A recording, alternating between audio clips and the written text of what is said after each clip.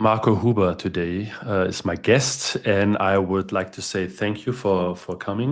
And I would also ask you if you could give us a short intro, who you are and what you do, and why I think it would be a good idea to have you on my podcast.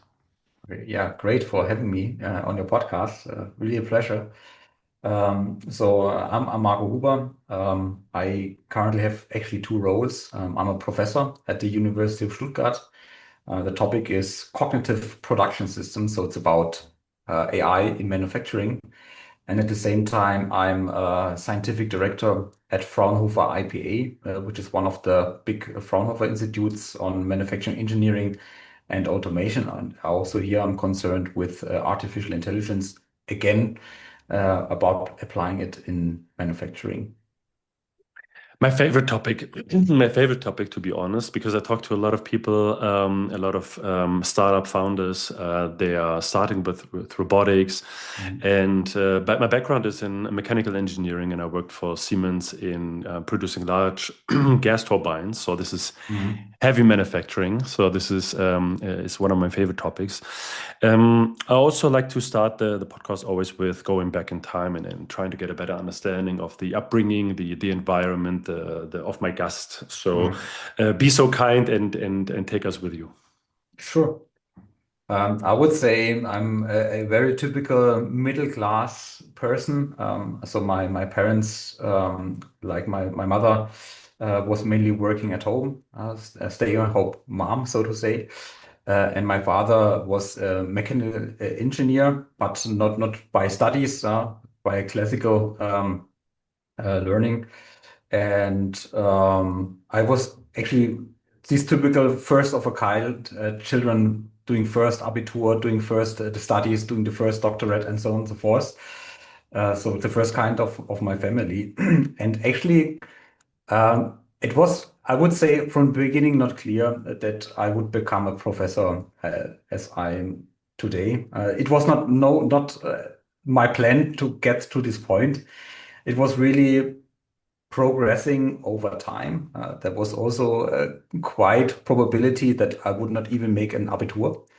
It was just by coincidence that I didn't go to the, um, I don't know the English word, Hauptschule, but really on last minute, I decided to go to the middle school, Realschule. And from there, because I think it was quite a good student, after having the mittlere Reife, I went to a specialized gymnasium, was focused on technical studies in Offenburg, which is in Baden-Württemberg. And here I did my Abitur. And here I gained interest in computer science. It was actually really the first time. Just to go back in time, it was a time when computers still were some big bulky machines. So where the, I don't know, Amiga was a very typical computer. The first Intel processors were coming to the market. And here I got somehow some interest. There was actually opportunity at the school to have a non-mandatory class in computer science, a very typical situation where one physicist teacher had some interest in teaching some students how to program with Turbo Pascal, and Mm. this sparked my interest in this topic. And then, Um, oh, yeah. wait. So the people who are not from Germany might not know this, but when you are finishing class, and I think it depends on which state you're living in, class 4 or 6, the teachers given a suggestion. So they propose something. So there's a school. The school system gives three different schools. To I think today it's just two versions anymore. But you said that the original idea was you going to Hauptschule. So the school for those who might not have the potential, whatever that means, or the I, intelligence. I had the recommendation for all the three, Mm. but because my friends, the vast majority were going to the Hauptschule, which is the lowest of the three, I wanted to go also just to not get away from my friends, but really it was somehow a last minute decision to go to the middle one of the three. Yeah, and but in Germany, the nice thing is whatever decision you make, if it turns out that you're talented, you still have the opportunity to switch the system either in between or when you graduate, and afterwards you go can go upwards, so to say. I know a friend, for instance, he's now a teacher. He went to the Hauptschule, then made the middle school, then made the high school, and then become a teacher. So it's quite uh, possible to switch between the systems. And I'm one of the one going to the middle school and then switched to Abitur and now I'm professor. It even though, and here I want to get to I don't know how to say it, but I mean there is opportunity, obviously, because Mm. you want one of the examples, but there's not too many opportunity, and only very few actually can make the decision and are being then surrounded, because it's very hard if you have 20 people around you doing something differently than deciding to do something in the other direction, right? So it is possible, but very, very uncommon. But what was it that made you the decision not going with your friends and going into the other direction? Was that something that was maybe fostered by your parents? No, my parents were actually quite open. They said whatever I would like to do, they support me and that. So they were not forcing something on me. It was more, I think, it was rethinking my original decision and saying maybe later in life I would have better opportunities if I do not go to the Hauptschule and go to the middle school. And it's, I think, uh, yeah, changed my mind a bit and so I went on, and this one it was a nice school, quite pleasant. I was quite happy at the school. But then at the end, after then 10 years of school, I had to make the decision whether I go to a company, to a yes, it's not the correct term. It's not studying, Berufsausbildung, Yeah, apprenticeship, I think. So this is apprenticeship. it. Yeah, Yeah, dual. So you go to school for 2 weeks and then 2 weeks working. So this correct. is one of the advantages that we used to have in Germany, because a lot of That's people now correct. just going to the university. But Yeah. nice, nice. And I had really some interest in the mechanical engineering, so making my hands dirty, so to say. But I said, I think I still have the potential to go further. So then I decided to go to 3 more years to school to get the high school graduate, the Abitur in Germany. But really on a school with a technical background, where you have classes also in mechanical engineering, really to learn to produce mechanical items, which was really great to learn this, but also have some studies in electrical engineering to get some understanding how PCB boards are manufactured and how this stuff works. And as I said, at least there was also the opportunity, even though it was not mandatory, to have a class on computer science. And it was one quite older teacher. Actually, the physicist teacher is quite very common in Germany. I learned over time that these older physicists or the mathematical teachers somehow are also teaching these computer classes. It was always on the afternoon of one day so you had to stay longer, so to say, to take 2 additional hours on that. And this was really, I learned a lot and it really sparked my interest in this field. And this then also made my decision clear to go to the university to study computer science, actually. Before that, it was not really quite clear that this was would be my journey, so to say. It's not everyone has a specific moment or person where the journey is tied to, right? But it seems a bit that this person did. You used the word inspired and sparked, right? So it seems like this person had this kind of influence. And one of the reasons why I have this podcast, and people who are listening regularly, thank you for all of you. They know that I'm repeating this over and over. Very often it's just one person. It Mm. needs just one person. I mean, very often it's being reinforced by many people, so parents and teachers and friends who tell you like You might have something, you might have a bit of potential, right? Don't waste it, do something with it, right? And sometimes it's a quirky teacher who likes to do programming in his free time and brings these kind of things to school. So it's always we need to look out for those who where we can be those people, yeah, where we can be those persons for those people, right? And happy to hear that you found something, because it's Mhm. some people need a longer period of time. I include myself in that, to find something that they really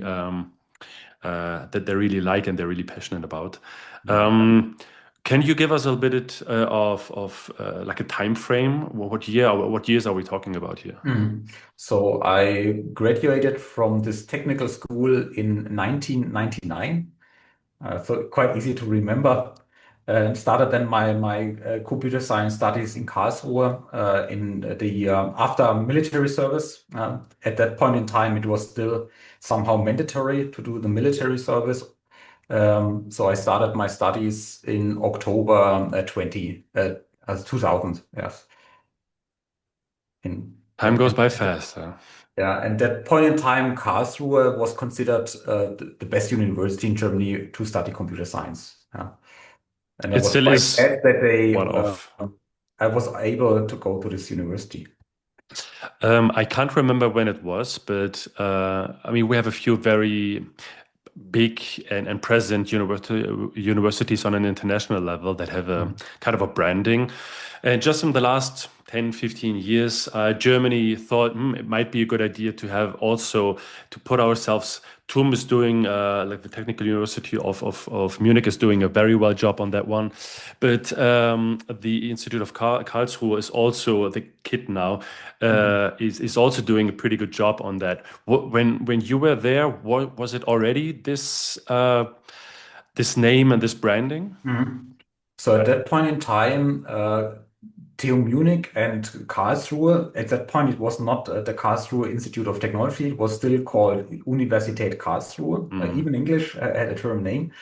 Um, and these two universities were, let's say, the ones to go for study computer science.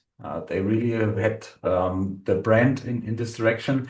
And it was in the year, it was called Informatikerspende, because many at this point in time, it was also you know it from the stock market, the, the phase where there was a big crash because many of the computer companies failed. So I started studies with, I think, more than 800 other people. So the seminar rooms were really crowded. But just after 1 or 2 semesters, the number of students were just halved because a lot of so in Karlsruhe, especially studying computer science actually means studying mathematics. It is very mathematically driven computer science because maybe many don't know it. Computer science in Germany was more or less created in Karlsruhe, and it was created out of the mathematics department. And this is how also at that point in time we study. So the vast majority of classes you have were some mathematical classes, linear algebra, numerical mathematics, and stuff like that, and one class in computer science. And many people struggled really with this mathematically heavy stuff. Also, I had in the first semester, I had also some struggles, to be honest. It was really a very big jump from the mathematics you learn in the school and the ones you get taught in the university. And it took me 1 semester to get adapted to this level. And but after that, it went, I think, quite well. And after some time, Karlsruhe became what is now the Karlsruhe Institute of Technology because of this excellent initiative in Germany, as you mentioned, where the German government decided that we should have some world-class universities with this branding of being an excellent university. And Karlsruhe was one of them. And their idea to become an excellent university is to get this branding where they merge together with, at that point in time, um, there was another big research facility in Karlsruhe doing nuclear science, and they merged together and became the Karlsruhe Institute of Technology. They more or less doubled their size by this merger. And this is now what we call know as the KIT in Karlsruhe. It was, I think, around. I was after my studies. I did my PhD also in Karlsruhe. And at that point in time, during my PhD study, this transformation happened. The um, the situation, as you said, after the dot-com bubble burst, Yeah. uh, and being not so hot anymore, the topic, right? But the internet emerged, right? In Mhm. terms of it was widely accessible now and mainstream adopted. I can remember very clearly those years when I was begging my mom to get us some like internet and exactly those years, right? Yeah. Um, throughout your PhD, how is that? Because I'm talking to a lot of people that are in labs or coming out of labs. How is the communication between the labs, going back and forth, talking together? I mean, nowadays you have these big conferences going on. But how was it? How was it back then? At that point in time, it was, of course, the internet was becoming a big thing. That is, was quite clear. But like, for instance, conferences at that point in time were very physical. Also, meeting is you meet to somebody, you travel by train, by car to the place, and then you meet. It was, but of course, by far not common to have a Zoom meeting like we have it today. And also, like when you're going into the direction of artificial intelligence, now you have these nice frameworks like TensorFlow and PyTorch that makes it easy for you to program a neural network. At that point in time, you had to do everything by yourself. So programming a neural network or some similar machine learning algorithm was really tough programming with a lot of debugging and waiting overnight to get some results. I recall already in my diploma, at that point there was no master, it was diploma. I did something in the area of statistical predictions. And the methods I implemented were so computational heavy, I had to start them in the evening, then go to sleep and see on the morning that it failed. And then repeat it several times, so several days to get it up and running. I would say today it would be maybe just a computation of the matter of minutes or maybe 1 hour. But at that point in time, you had to do everything by yourself.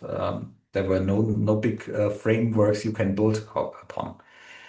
I would say, yeah, the open source stuff we have today was just in the beginning at that point in time. Um, before we make the next jump, let's stay for a second. So, what made you stay in academia and pursue a PhD? Because I had a conversation 2 weeks ago, especially with your background, Mhm. you're almost unlikely to make a PhD. It's almost from with this kind of background where you have not even one parent with a degree, the chances of making a PhD or getting a PhD is almost yeah, it goes to zero. I think it's one of 100 persons that Yeah, I think is it's one is of a hundred. Yeah. so, and which is crazy because when even just one person has a degree, it's already, I don't know, like 30 or something, or 20, I Mhm. don't know, making up some numbers here. But what made you taking this kind of decision? Because Mhm. with this kind of background, you could have gone into the industry, Yeah. no problem. Yeah, I actually, when I was close to my graduation, I really had to think hard about this. I also applied for some more or less ordinary company jobs. I had also some interviews and also some job offers. But at the same time, especially during my doing my diploma thesis, I really liked this scientific working. So really get to the ground of something to really deeply understand it and to see how I can make it better. This is about research, to see what are limitations of current methods, maybe something that is currently unsolved, and think about a solution to get it done. This really is, I, I realized that I really like this kind of work. And at the lab I was doing my diploma thesis, the professor, he liked the work I did, and he really said, "Ah, I have some opportunity." There was a graduate school just close to open, and here I could apply for a PhD study, and he would recommend me for that. And then, so at one hand, I had already some job offers. At the other hand, I said, okay, there's this opportunity to make a PhD even in very short time, because this graduate school, they had the intent to graduate people, so to get the PhD within 3 to 4 years. And now in Germany could also take a bit longer, 5 to 7 years. And I said, maybe in 3 to 4 years, get PhD, do what I really like to do. Okay, I would like to do it. So I agreed. I had, of course, to apply, and luckily I was selected, I think, by quite a good competition of people to do this PhD study. Fascinating. I'm always, yeah, think these kind of, if you're not being part of that, I think there's always some, because I have now, I mean, nowadays I'm surrounded by a lot of people with PhDs because in robotics, a lot of founders have been in academia and doing research for quite a bit. Mhm. And uh, you lose the, or at least from my side, I lose the, how do you say this? So for me, this was something that was out of my world, right? Mhm. So having and being in contact, it's more natural, but it's still fascinating to me. And I guess it must have been, I mean, similar to you, because not you. I mean, growing up, you don't have too many people doing this kind of things, right? Correct. Do you mind if I ask if there was any moment where you thought this was like too imitating to, or because you grew gradually into that, so there Yeah. was not too many moments of that, or maybe you can Yeah. get what I'm trying to say. I think I grew into this. I also one of these guys who it's maybe called often the imposter syndrome. You think about somehow it's just luck, and you just do not earn it, so to say. It was just by coincidence that you made it so far. But over time, I started to overcome. I'm also more like a introvert, which makes it sometimes difficult to get ahead because there are some people which are really good in shouting out, and they're the ones doing more or less the work, and then just shut your mouth. Also, that I had to overcome over time. Now I'm doing presentations in front of hundreds of people many times a year, but it was a process to get in this. I recall when I did my first presentations in front of scientific presentations in front of maybe 10 people. It took me maybe 1 or 2 days really to prepare for it, to really learn the presentation, to know that I do not miss anything and get it on time, on spot. Now I could just put out a presentation and give it out of my mind without any minute of preparation for that. But it took years to get this far. It's a learning process.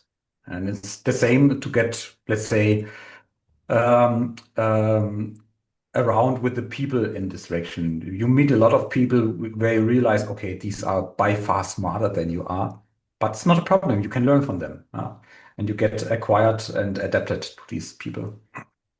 It's a good mindset to have, I guess. um, the the situation you becoming a PhD student, there is still a gap, and still now you're filtering out even more, right? You are in a position where you shouldn't be anyways, and now you're filtering out, and now the gap, or the bridge between being a PhD student and then becoming a professor. Take us there, and tell me how is that? Because here again, after PhD, you could go to a company and you could Mhm. be in the industry, and especially with the direction you're going, manufacturing, it's almost obvious to do some work in the industry. Yeah. I actually was in between. I was in the industry. So after doing my PhD, I went for 2 years to Fraunhofer, but another institute in Karlsruhe, which is called the IOSB, where I become a group leader for 2 years.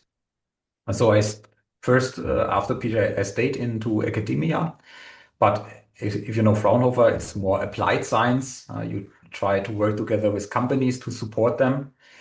Um, and here, the opportunity I more or less got because one of my examiners of the PhD student was, and still is, the head of the institute, and he was quite impressed of my work.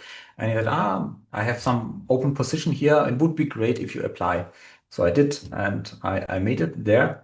And this position originally was intended to make an habilitation thesis. So it was already intended to become a professor. But after almost 2 years, I got an offer by a company, more or less like a startup, privately owned. They were ramping up a R&D center in Darmstadt, and they were looking around, let's say, the major universities around Darmstadt, like also Karlsruhe and Mannheim and Frankfurt, if they get some talented people. And so also they approached me and I said, okay, maybe this is the opportunity to get into the industry and to see how the world is on this side of the fence. So I joined there for 3.5, almost 4 years. Was a very interesting experience because it was very American driven, like a hire and fire mentality, very quick pivoting of topics and stuff like that. So it was really pushing me a lot, like getting very quickly in a topic and then next day to realize to just switch to another topic. And with quite a lot of pressure, I was at that point in time with a very good colleague who said, if we make it here, we can make it everywhere. You cannot get more versatile and variable like this. I think at this company, I learned a lot to deal with uncertainty. Yeah. And then after that, I went to another company in Is it Karlsruhe. is the company still alive? Yeah, still alive, still alive. I think they still do work on topics completely different what I did at that point in time. I think they are now more in the topic of sports entertainment, supporting that with second screen applications, so to say. Mm. So in these first 3 to 4 years, they really were looking what is the business we can. So we did stuff like in environmental sensing, in drone applications, and then deep learning was becoming a big topic. It's around now we are in 2014, 15. 2012 was the big moment of deep learning where AlexNet won the ImageNet competition. So it was really the time where neural networks were becoming, over the years, the next big thing. And we're middle in between of this transformation, starting to have our first implementations using neural networks. But after 3, 4 years, which feel like 10 years, I went to another company in Karlsruhe, a typical middle-sized German software company with some consulting background. And they were also creating their new R&D center in Karlsruhe, and I joined for another, I don't know, 3.5 years. But in parallel, I was still working on my habilitation thesis, actually. So I started this in Fraunhofer. Then after I get accommodated in the industry, I approached my professor again. I said, I would like to continue this journey. And he supported me and saying, okay, I worked out a plan, like I would like to do this and this and this. I need this kind of publications. And then after 3 years, I should have everything done. And I said, okay, sounds like a plan. And luckily, the company I worked with, it was possible for me to use the research results I was doing for the company also for my thesis. They could have also told me, no, you cannot use this. So here it was really some coincidence that I was able to use these results. And then I finalized my habilitation thesis in 2015. I was just in the migration phase from the one company to the another. I got my first child, I got a first home. It was 2014 was crazy. It was really crazy. So my daughter was born. I bought a house. I renovated my house. I was writing my habilitation thesis. I got a new job in 1 year. And Germany won the World Cup. Yes, it was a crazy year. I don't know how I and also we, of course, it was also support by my girlfriend and my family how we made this, but it happened. Yeah. Somehow you make it through. Thanks Yeah. for sharing this journey here. The um, the topic of academia and industry, you were mentioning the Fraunhofer.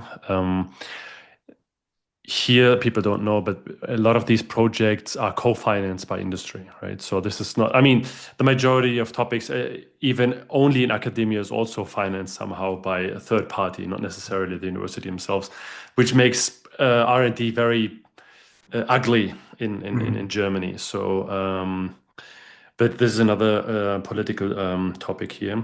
The the jump from academia out of and into the industry. Do you think if you wouldn't have the opportunity, because you said a few times now, people saw the potential and people were guiding you or asking you or requesting you, do you think this was one of the reasons why a few of those things happened, or was there also an internal drive pushing you in that kind of direction as Yeah, I well? think it was a mixture of both. I think I have to drive. If I see the potential, I usually try to really realize it.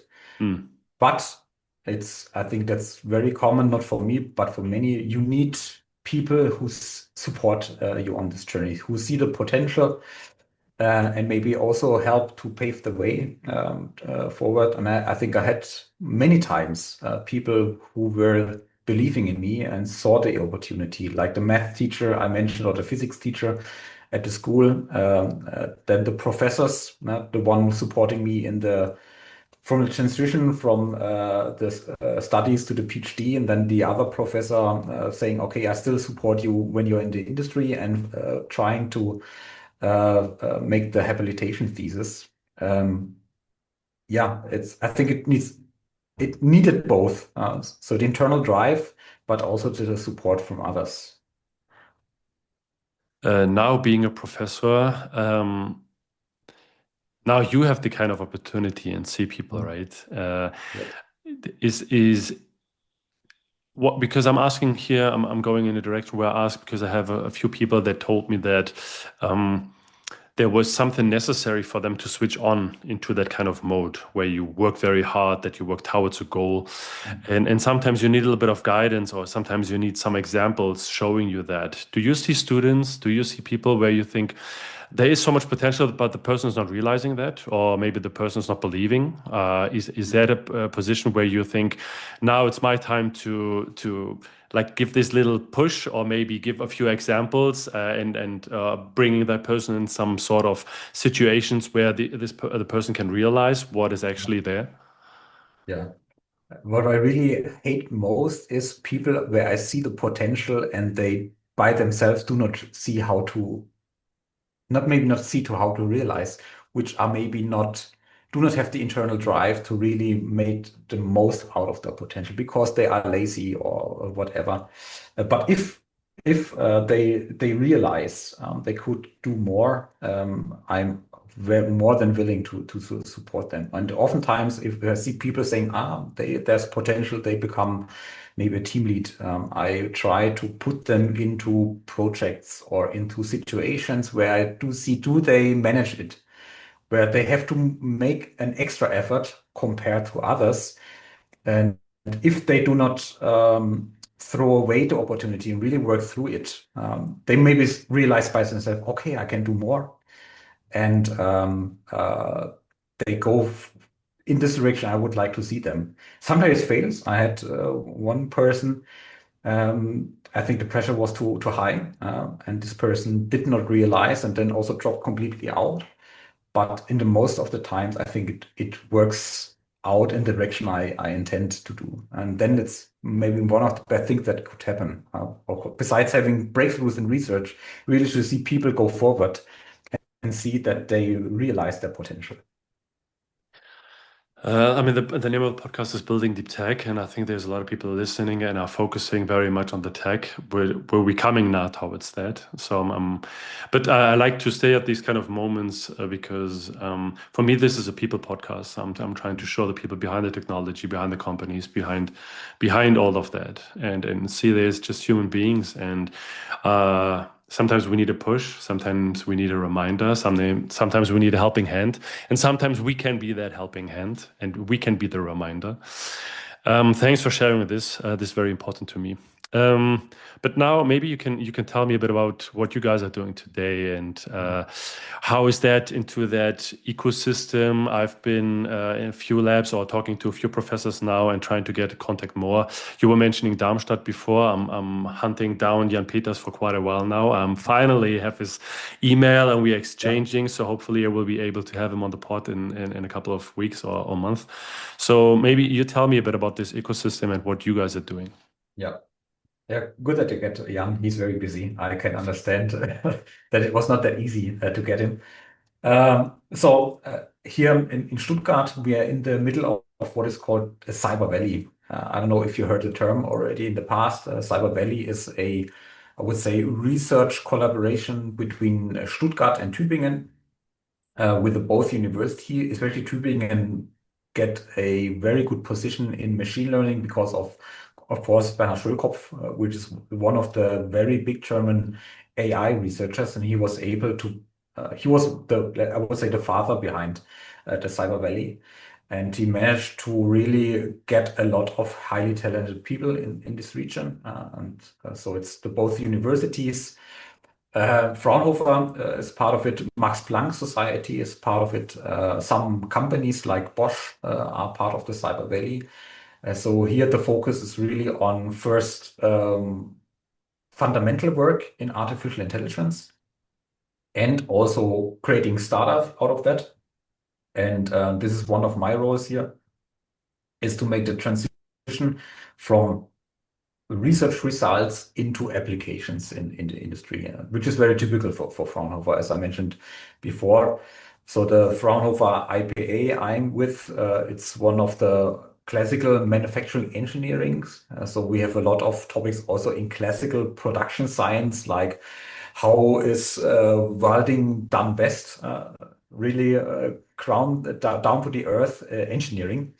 But over the time, and this is my responsibility, we also ramped up a larger AI department here, where we try to get in this interface between mechanical engineering, production technologies on the one side, and computer science, artificial intelligence on the other side, and try to apply AI really in manufacturing processes to increase quality, to reduce downtime, whatever the specific use case needs to be economically more viable. Uh, and we do a lot of projects. For some, I can speak openly about. Maybe that's interest of for you or your audience.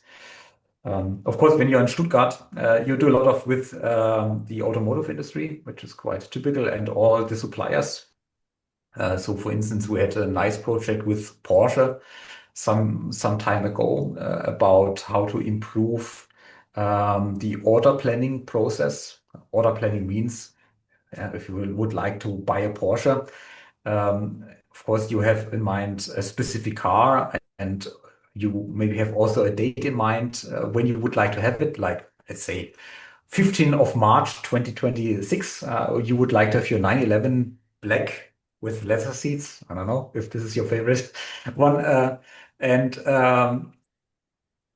The problem is really to realize that the car you get the car at this specific time. It's a very complicated process, especially when you are luxury car manufacturers, where you give a lot of opportunities to your customer to customize the car. It makes it very complicated. So a typical Porsche has more than 4.5 billion variants, which is a huge amount. You now do need to somehow manage this.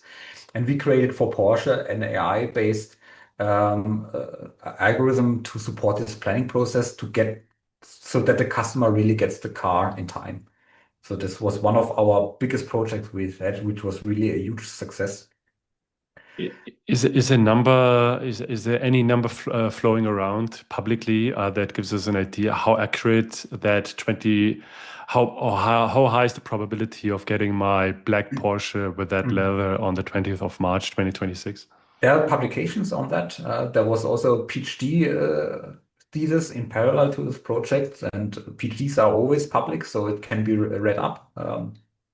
So you just have to look up the name Simon Dürr. He was the PhD student working, and he was showing. So we had a lot of KPIs and to show if our approach worked. And we were able to show that we did not miss any of the desired days. So we had 100% accuracy on hitting the day.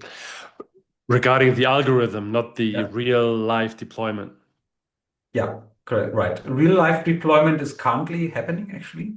It was first a research project, and now Porsche is doing an internal transition where they do also switch their IT infrastructure. And during this transition, they also implement this solution. So we have some testing data sets which were really customer orders where we can evaluate the KPIs, and we were able to show that we meet the desired days. A lot of these things are very abstract for people who are not in manufacturing, but I think this is an example that you used, which is very visual and a lot of people can imagine. And especially as the demographics of my podcast is not obviously, but obviously very male driven around my age, your age. So that might interest a few people listening. Thanks for sharing that one. You were talking about spin-outs, so something that is happening more and more universities. I mean, the US has always been very ahead of us here. We're working closely together with a few startups coming out of ETH. Tomorrow, actually, and this took also a while. I'm recording an episode with Ralf. So he is one of the co-founders and CEO of Siriact, and he also was at the University of Stuttgart. They just raised a bunch of money. So tell us a bit about this kind of work. I mean, for me, this is very exciting. Mhm. So I know Siriact quite Sure you do. well. I had also spoken to Ralph quite a while ago. Yeah, spin-off it's an interesting topic, especially many people do not know Fraunhofer IPA is the one Fraunhofer Institute with the highest number of startups, actually. So we have on average since the last 10 years 3 spin-offs per year, which is a lot. Even worldwide, we made an internal calculation to see how we are internationally, and we are actually, according to our calculations, ranked on position 3. I think it's just we are ahead of MIT, for instance. I think it was Georgia Tech and one of the UCs who was ahead of us. So it was calculated by 1,000 per 1,000 scientists to get a normalization of that. So we're quite ahead. So our institute head, Professor Bornhansel, is very keen on supporting people who would like to spin off. He actually won also an entrepreneurship award last year by his activity supporting the spin-offs. I think currently we have in our pipelines more than 20 activities, and I'm currently also mentoring today 3 of them. They are still in the phase where they get some support like Exist or Ahead, which is the Fraunhofer internal funding to supporting spin-offs. So I cannot tell too much about them because they are not yet any company. They're in the making, so to say. But for instance, one is in the direction of robotic hands. And the other one, which is really in our company, it's called Celios. They doing specialized robotics lines for cables, actually. This is often done manually to configure cables, and they building up quite complicated manufacturing, robot-driven manufacturing lines who are confectioning the cables for wire harnesses in cars, for instance. If I look out of my window, I just can see one of their current projects they're doing companies. I think it has 6 or 7 robots inside. So it's quite a complicated process they ramp up. I mean, this is awesome. For me, this is, I mean, I like listening. These are the stories I'm very interested in, especially the applications you were just mentioning. I mean, I've worked for a couple of robotic companies, and I'm advising a few robotic companies. And the 2 use cases you were just mentioning, the wire harnessing. I mean, cables in general are Yeah, so complicated, and they have correct. no answer for that. So every company that is focusing on that, because the majority of companies are going into manufacturing and logistics, but here the easier ones are pick and place, Mhm. sorting, machine tending maybe, Yeah, and welding becomes more often, correct. sanding, dispensing, these kind of applications. But the ones you were mentioning, they're still pretty hard. And I mean, cables are everywhere in the car. So uh, interesting. I'm looking forward to hear what's coming out of that. Regarding the communication between other labs, and you have the situation in Germany, and then you have the Chinese and the American ones. Where do you see yourselves, ourselves? Because I'm also a German. I live in Germany. Mhm. Um, how is that for you? Seeing the publications, seeing the companies, seeing the funding. What's your take on that? Yeah, we are currently in a very difficult situation, I would say. So, from let's say fundamental research wise, Germany is still very good, especially in artificial intelligence. This is oftentimes overlooked, but I think Germany is still in the forefront of the nations.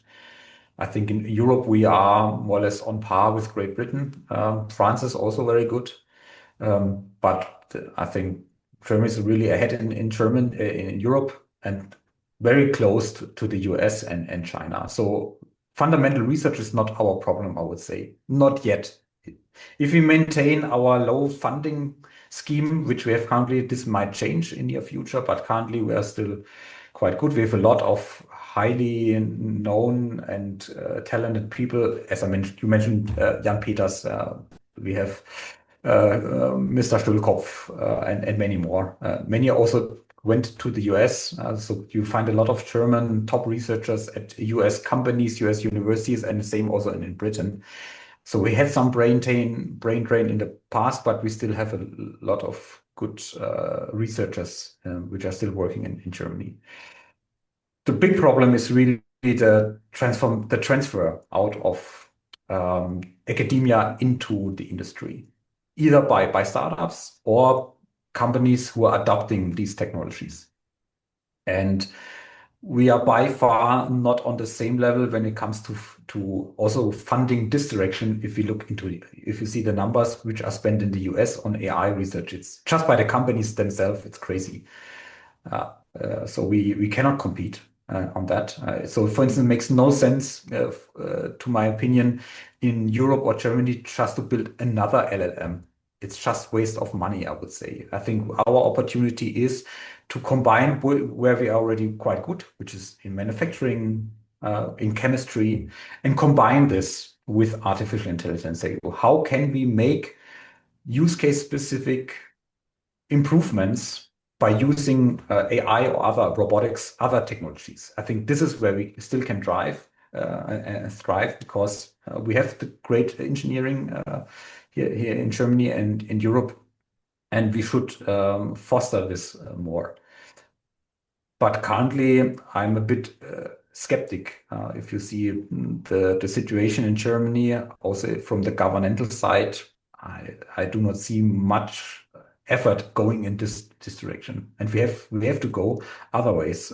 I already see, especially in China, but also weekly in the US, that you see that these big companies realize that physical AI or embodied AI, where you have this combination of physical items with AI, is becoming a hot topic. You see it with the humanoids, that is quite obvious. But manufacturing is not only about humanoids. You have heavy machines, and you can deeply integrate AI into that. And if the US really realizes this is a big business, I think then it's gone.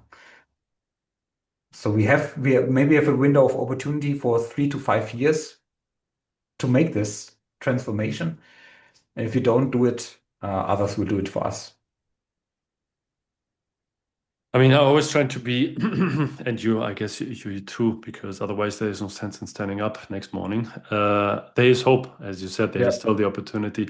I do think that the governments are not in a position to do too much. Um, there's a bunch of reasons for that, and I don't want to start this kind of conversation, but I do think that the companies should, instead of trying to protect what has been the past, so the resources that you stacked over the last century, you do need to put money into the future. So instead of protecting and being risk adverse, and I see this when I'm talking to companies when it comes to sales, how hard it is to get technology being adopted. And here, I think the engineering mindset is preventing you from adopting this kind of technology because your brain and the society and the school system has trained you to be risk adverse because you don't want the train to fail, you don't want a car to fail, you don't want a plane to fail. So you're looking for the errors, right? Yeah. But that prevents you for doing innovation, which means what can I do with that technology I was unable to do before? Not what do I need from this technology to reach the 90.999%, right? Mhm. Because there's a gap between here and there. And I think if we're focusing more on this, and this is what I see when it comes to US sales, people see the business size of that versus how much work it would be for the engineer to make this work, right? Completely agree. Yeah. Well, yeah, what's your take on that? That Yeah, was me bubbling. I completely agree. Sometimes what made us successful in the past, and this is this engineering culture, really to tweak the last percentage out of it, is currently standing in our way a bit.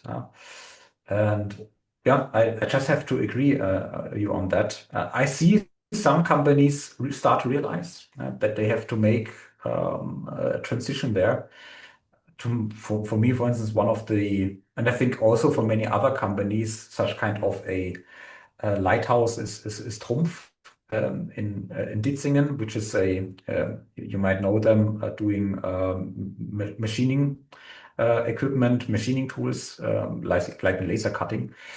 And they started already 10 years ago or even more to think about how AI and digitalization could transform the way we make machines, what the services are that we could ever offer if we integrate AI and similar technologies more deeply in our products. And I see that other people realize that Trumpf is doing well, but they are still missing the point. How can we make the switch? Therefore, they probably need the support from institutions like ours, like Fraunhofer, from the Cyber Valley, from universities to support them in this transition. So I still have hope that at some point in time, a vast number of companies realize that the old business no longer is sufficient, and they have to switch, and they do the switch. But we shouldn't wait too long for that. I mean, the two of us doing our part, we're trying to spread the word and spread the word and trying to get the message out.